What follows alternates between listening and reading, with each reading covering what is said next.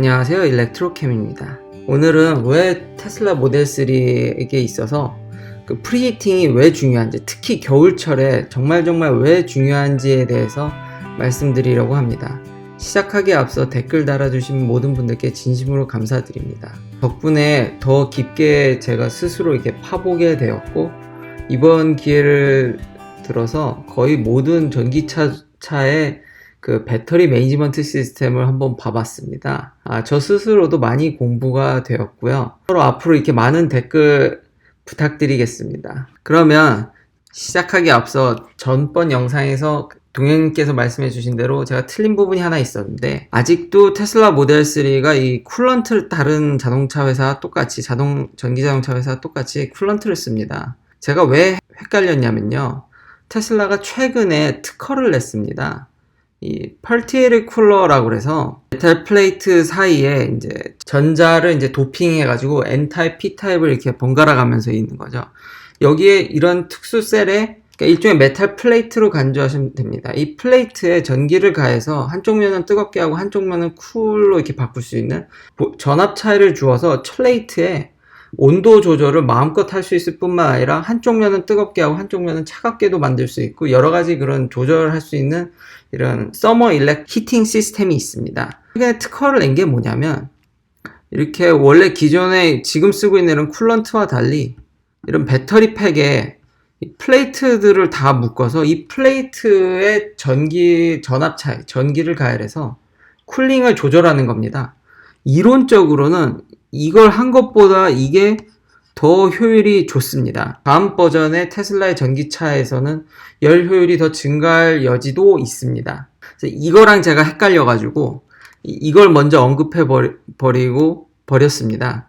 근데 실제로는 동현님이 말씀해 주신 대로 여전히 쿨런트를 씁니다. 하지만 꽤 진보된 쿨런트 시스템을 씁니다. 그러니까 이 특허를 봐서도 그렇고 테슬라의 기술력은 상당합니다. 먼저 이렇게 시장을 선도하고 있으니까요. 한 가지 덤으로 이걸 쓰게 되면은 액체류를 컨트롤할 필요가 없어서 더 부품도 단순해질 수 있고, 아무래도 액체를 줄이는 게 전기차한테는 더 득이겠죠. 그러면 일단 테슬라 모델 3의 그 배터리 팩 매니지먼트 온도 조절에 대해서 이제 발전 과정을 간략히 소개시켜 드리겠습니다. 처음에는 옛날에 이제 처음 테슬라 모델 S가 나왔던 85kW에서는 444개의 이 18650 셀을 한 쿨런트 라인으로 이렇게 묶었습니다.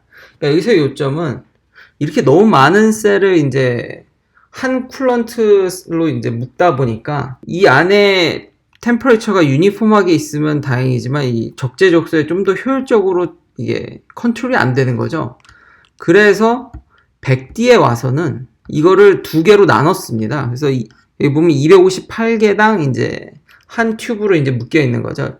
이렇게 하면은 적재적소의 그 배터리 온도를 잘 트랜스퍼 해줄 수 있겠죠. 이게 다 하나로 묶어 놓으면 어떤 데는 뜨겁고 어떤 데는 차가운데, 이렇게 다변화 루프를 여러 개를 만들수록 단가는 상승하겠지만 루프를 여러 개를 만들수록 적재적소의 히트 트랜스퍼가 잘 이렇게 분배될 것입니다. 그리고 모델 3에 와서는 글루를 바르는 시스템을 개발해서 쿨링 튜브랑 이 배터리 셀의 접착을 잘 되게 했고요. 그리고 모델 3에 와서는 배터리 사이즈가 커졌지 않습니까? 그러니까 단면적이 커져가지고 모델 S에 비해서 쿨링 효율이 훨씬 더 좋습니다.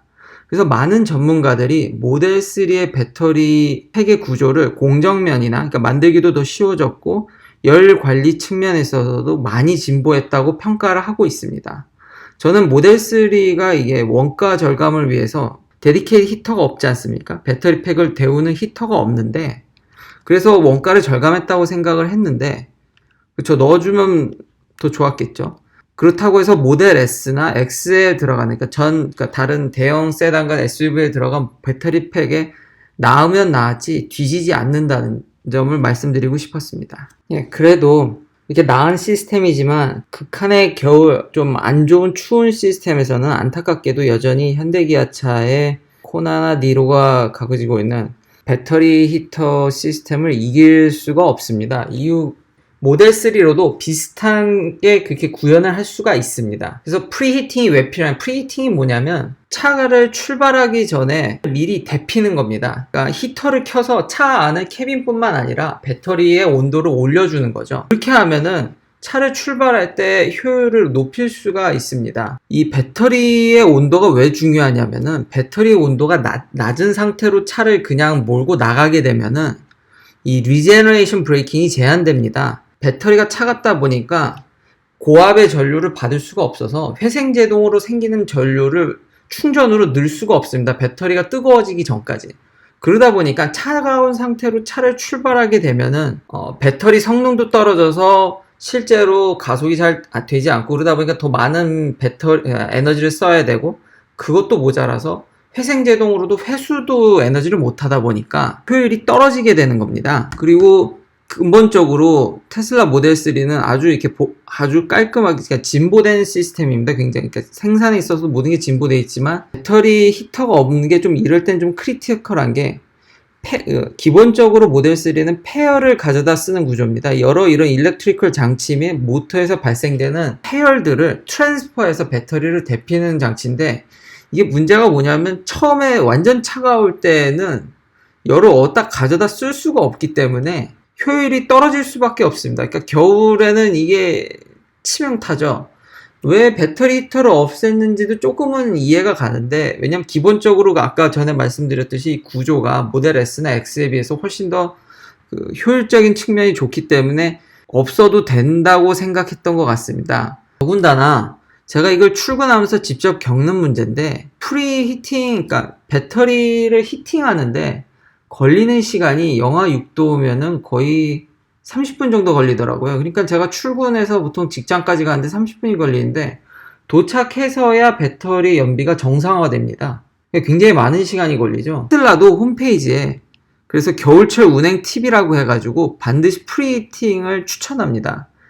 그래서 여기 제목은 프리히팅이, 그러니까 캐빈만 데우는 게 아니라 배터리도 데워서 효율을 올리는 거기 때문에 편안함 뿐만 아니라 효율을 생각한다면은 꼭 하셔야 되는 방법입니다. 그러니까 만약 프리히팅을 항상 하신다면은 코나나 니로 부럽지 않은 효율을 가지고 출발할 수가 있습니다. 이미 여기가 뜨거워졌고 그 열을 잘 관리하는 거는 테슬라가 굉장히 극강의 효율을 자랑하기 때문에요. 여기 여러 밸브도 보이고 굉장히 적재적소의 모델 3는 튜빙을 굉장히 잘 해놨습니다. 그러니까 한번 뜨거워지면은 그걸 잘 관리를 할 수 있는데, 그걸 뜨거워지는 데까지 올라가는 데는 꽤 시간이 걸리고요. 코나나 니로가 이제 효율이 좋은 이유가 배터리 히터를 통해서 이 시간이 매우 단축되기 때문입니다. 아마 5분 내외로 알고 있습니다. 시청해주셔서 감사합니다. 다음에도 역시 테슬라 리뷰로 찾아뵙겠습니다. 다음 주제는 팬텀 드레인, 뱀파이어 드레인에 대해서 알아보겠습니다.